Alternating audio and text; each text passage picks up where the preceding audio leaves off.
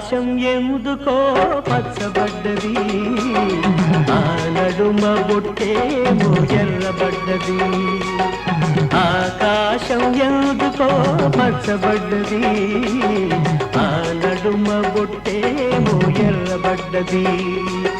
వీచే గాలుల తాకిడి, సాగే గువ్వల అలజడి, రమ్మని పిలిచే పైబడి